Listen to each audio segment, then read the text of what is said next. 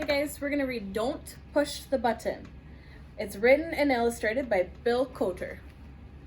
Don't push the button. Hi, my name is Larry. Welcome to my book. There's only one rule. Don't push the button. Seriously, don't even think about it. It does look pretty nice though. I wonder what would happen if we push it. No, we can't. We mustn't. Psst. No one's looking. You should give the button one little push. Ah!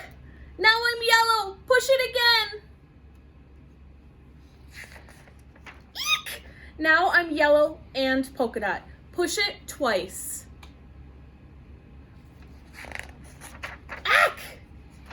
Now there's two of me. Push it a bunch of times.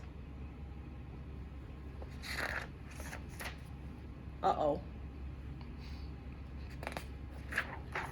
Shake the book to get rid of all the extra Larrys. Ready, guys? Almost. A little more. Okay, there we go. It says here to scratch Larry's tummy to get him back to normal. Scratch his tummy. That tickles. Okay, much better.